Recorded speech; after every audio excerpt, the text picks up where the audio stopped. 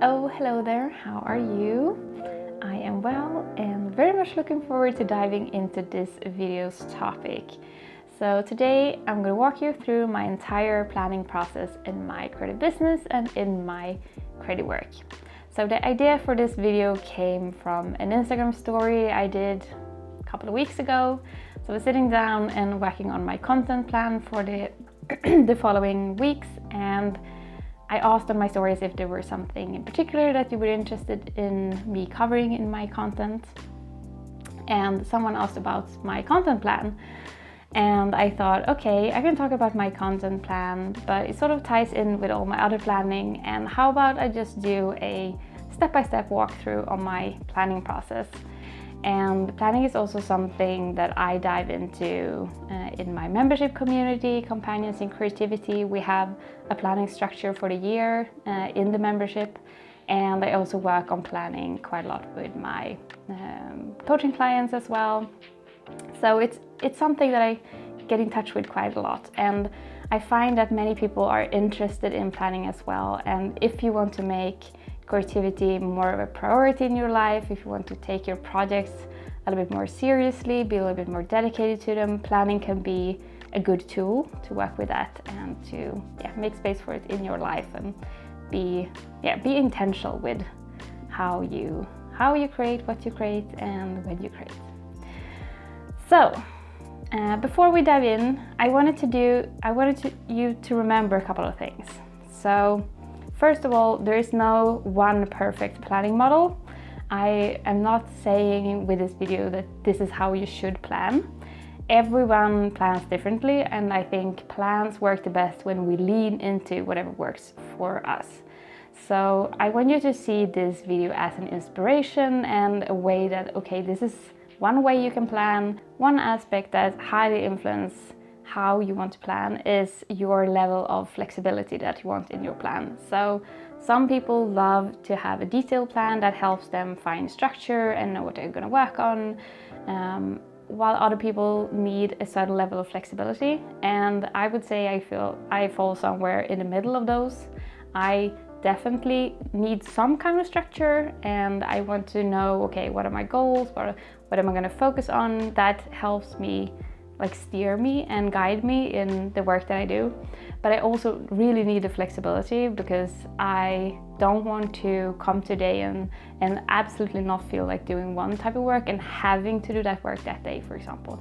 I really do need the flexibility and the intention and to be able to sit down one day and say, okay, I'm more inspired to do this kind of work. I'll just flip around my schedule a little bit. So listen to your own need for flexibility. How much structure do you want? How much flexibility do you want? And where on that scale between the two do you fall? And finally, before we dive in, also plan from your purpose and the intentions with your creative work. So I have planned in different ways in different seasons of my creative journey. So in the beginning, for example, when everything was very much a playful exploration for me, I didn't do a whole lot of planning apart from having a little bit of a content structure and a little bit of focus. But other than that, I didn't do that much planning in the beginning. And if you're at a similar stage like that, you just want to experiment and explore and see where your creativity takes you and do whatever you feel like doing, and just let your joy guide you, then planning very detailed might not be for you. While at other parts of your creative journey, my creative journey, now that I'm running a business, I want to plan more and I need to plan more. So think about your creative life and your creative work and what you want it to be and how you want your creative life to feel, and choose a planning model from that as well. Okay, so let's begin. I want us to start with yearly planning, because that's where everything really starts for me. So if you have been watching my other videos, you know that I have something called 4 Seasons of Creative Work. And this is a planning guide that I have that you can buy on my website. And this is also part of my membership community, so you get this if you join the membership. And This is the yearly workbook. So this is the workbook that I use, that my members use as well. And this really walks you through the process of choosing a word for the year, choosing goals, choosing focus areas. And so for me, it all starts here. And you can do yearly planning, of course, in many different ways, but for me, it's really important that my plans in some way stem from a longer view of my creative work and my creative life. So, for example, in this workbook, now for 2022, like I talked a little bit about this in my last video, I have chosen to nourish my creative business and myself as a business owner as one goal. I've chosen to cultivate a life of writing and work on my next draft of my novel as another goal. And these, I want my planning to stem from those goals. So from those goals, I've chosen different focus areas. So I have different things that I want to focus on during the year. And that then leads me over to the planning that I do more detailed. So I think that starting with a yearly plan, whether it's a detailed plan or a more broad plan, is a really great way to start and to have that overview and longer perspective on your creative work. Because when we're just planning for the short term, we have a tendency to focus on things that are urgent, that have deadlines, or things that feel easy and comfortable, and that's okay. But if you want to do things that maybe are a little bit more uncomfortable, like, okay, so maybe you have a project that is really big and you want to get started with that project, but if we just have sort of a weekly or monthly level focus, it's easy to just put off those big projects.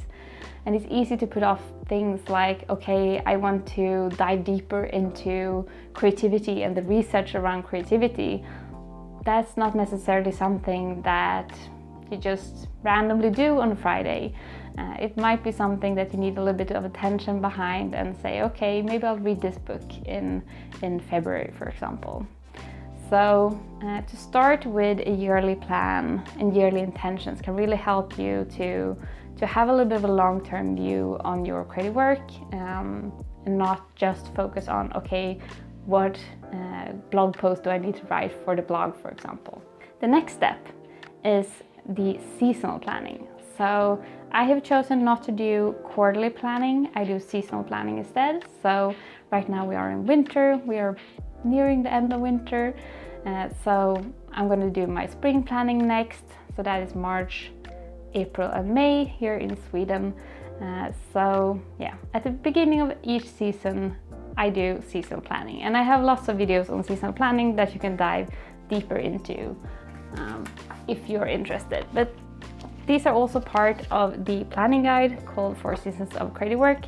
So this is my winter workbook that I filled out, and in this, in each season I connect back to, okay, what were my goals for this year? What kind of focus areas do I have? I reflect a little bit about the season that I'm leaving behind, what went well, what didn't go well, and then I sit down, okay, what do I want to focus on in this season? And I think that this, just like yearly planning, is really good and important to have this level that is a little bit more detailed than a whole year, but it's also a little bit longer than just a month. It's a stretch of time where you can focus on things that aren't just the day-to-day stuff, but are a little bit more, okay, I would like to work on this project, for example. So yeah, I really enjoy seasonal planning, and it's also, for me and for many of those who have used it, it's a really nice way to tie in how you feel throughout the year in different seasons, where your inspiration is pointing, how your energy levels are, and tie that in together with the planning process. So in the seasonal planning, I decide, okay, what are gonna be my focus areas for this season? What kind of activities can I tie to that?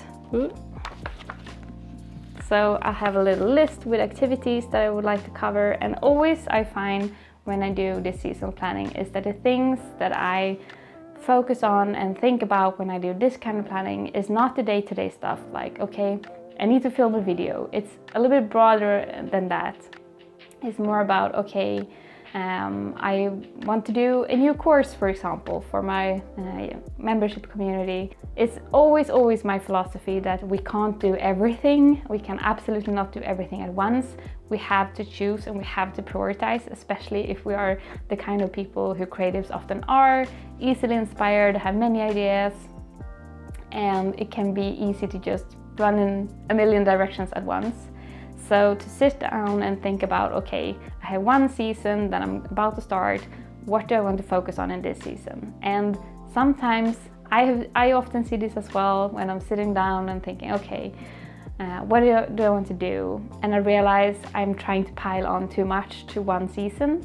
That is also a really good way to actually see it for yourself that, okay, I don't think this is going to work. This is a bit too much to do alongside my regular things like filming videos and having coaching calls and those kind of things.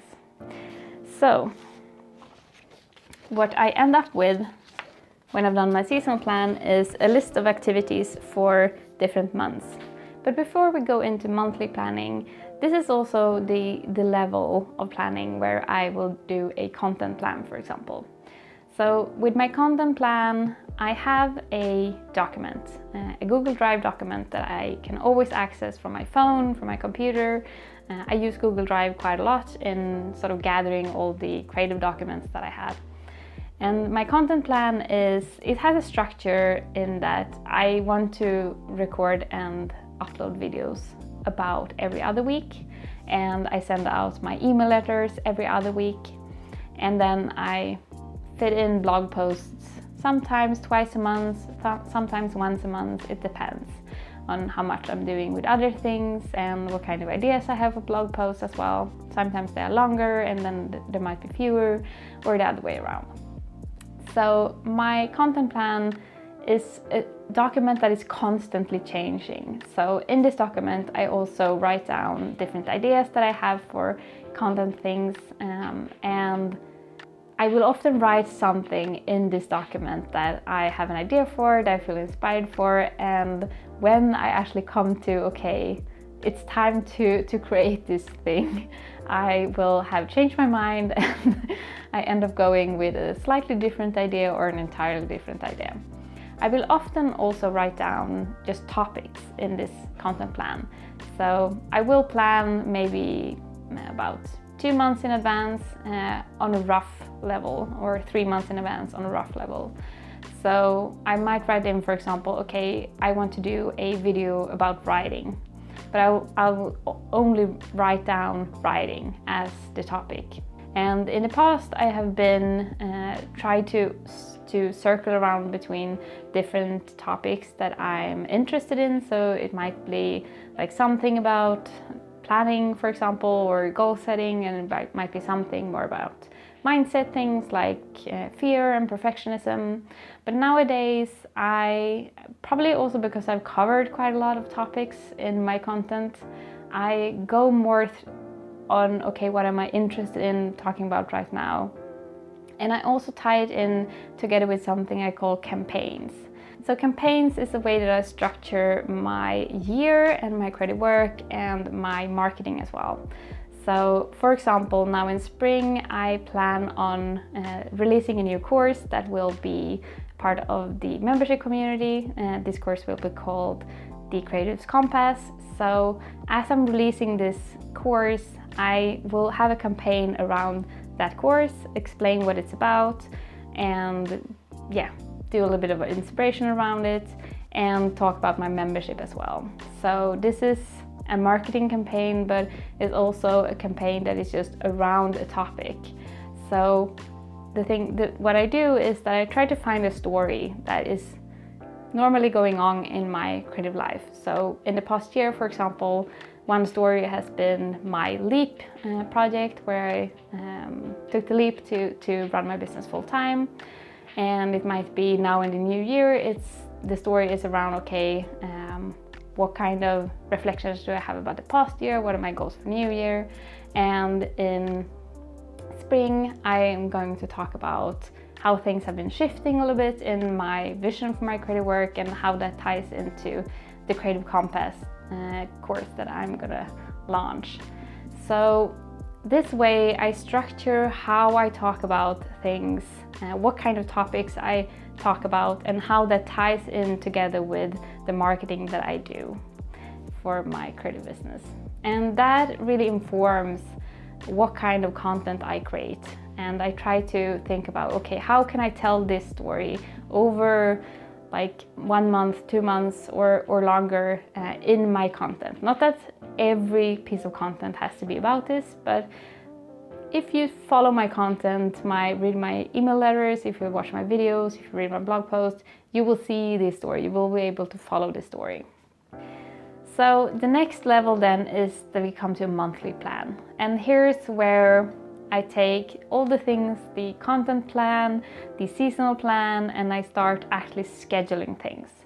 So I use 2 things. I use a physical calendar. Here's the one for 2022. And this one is from the Inspired Stories.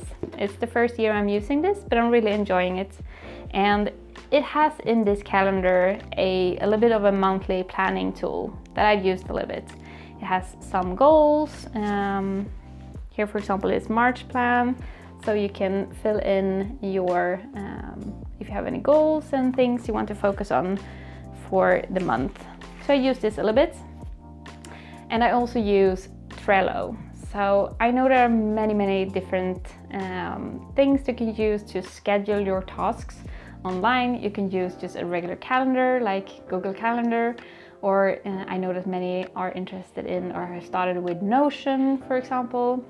I used to use Asana in the past, and I have been on Trello for 3 years or something like that, and it works really well for me, so I'm sticking with that for now. I might try out Notion at some point, since many seem to like it, but for now I'm really enjoying Trello. So the way I do this is usually I start with my content plan. So I look at, okay, what are the things I'm planning to create this month?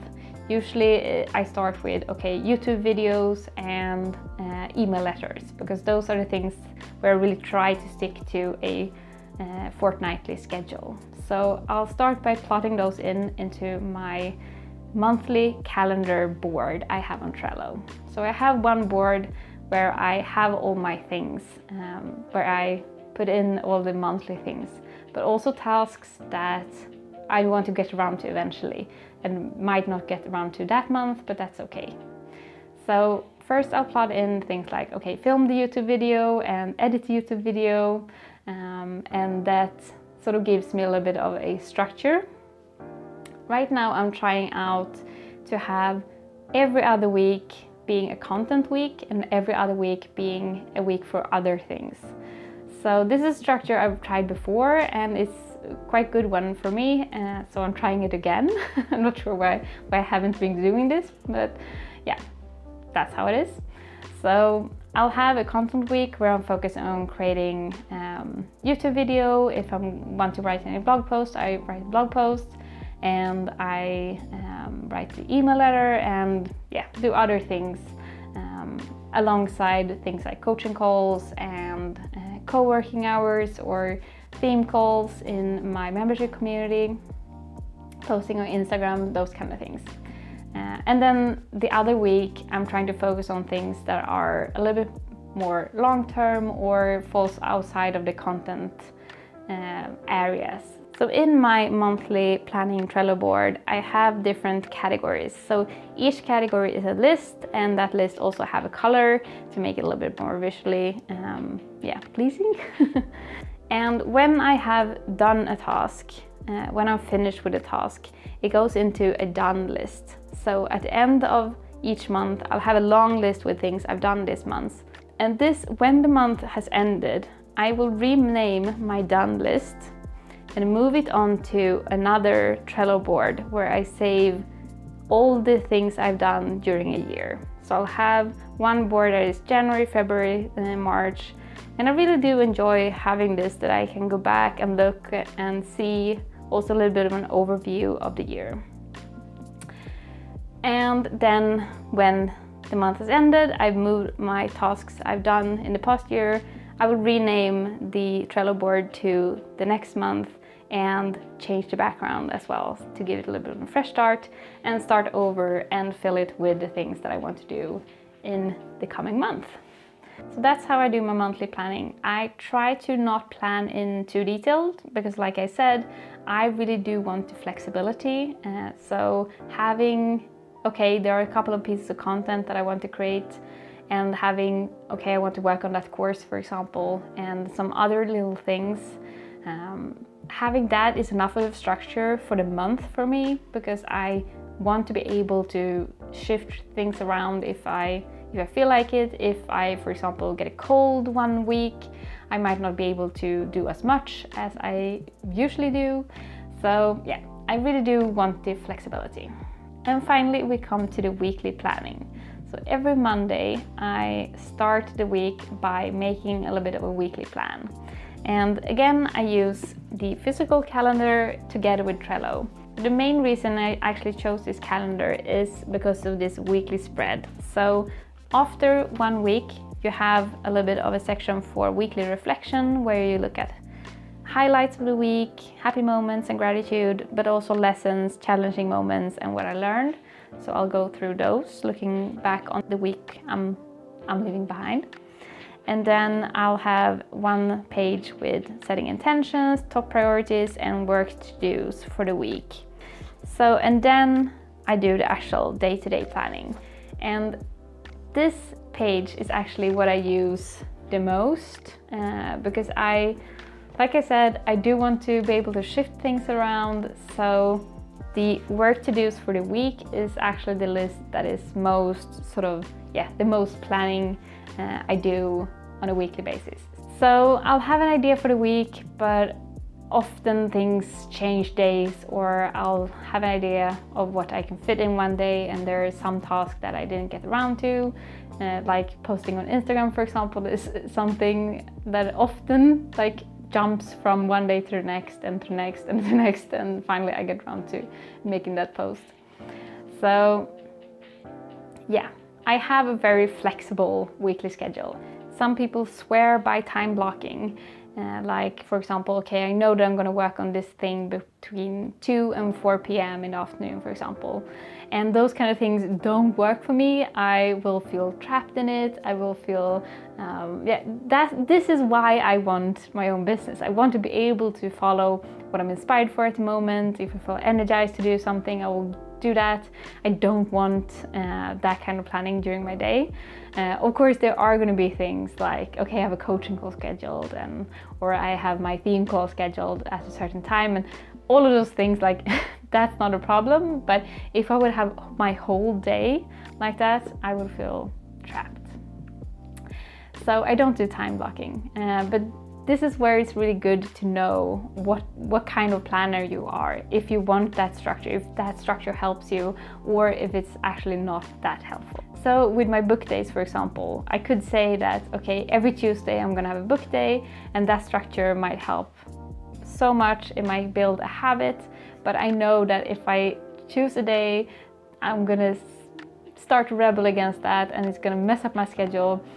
So that day is always shifting. It's usually one of Tuesday, Wednesday, or Thursday. But I'm setting no rules for the book day. As long as it happens once a week, that's enough. So that is essentially my planning process. It goes all the way from a yearly plan with goals and focus areas that I want to work on during the year, and then moves into seasonal planning, which moves into things like content planning and other project planning kind of things, which moves into monthly planning, and finally weekly planning. I don't really have a daily plan. I just do things as I want to do them during that day. So that is my planning structure. I would love to hear, are you a planner, or do you want to just yeah, follow your inspiration and joy and do whatever you feel like doing. Would you like to do more planning? Do you not want to do that much planning? Are you actually trying to do less of a planning? Because I know that many of us have it in our heads that we're supposed to plan, and we're supposed to plan a certain way. So it might have that urge to plan, but we might not necessarily work the best way as we have been taught to plan. So I would love to hear, tell me in the comments what kind of experience you have with planning. Are you a planner? Are you not a planner? Do you enjoy it? Do you not enjoy it? So yes, finally just go with wherever works for you. It's experiment, try different things, be inspired by other people's planning process, but try to find whatever just works for you. That's always best. So that is what I wanted to cover today, and if you are interested in following this yearly and seasonal planning that I have, you can join my membership community, Companions in Creativity. We follow that together. So in March, for example, we're gonna have spring planning as our theme for the month. And that was all. I hope you have a good rest of the day. If you enjoyed the video, give it a little like. And if you are new here, hello and welcome. You can subscribe down below, and I will see you in the next video.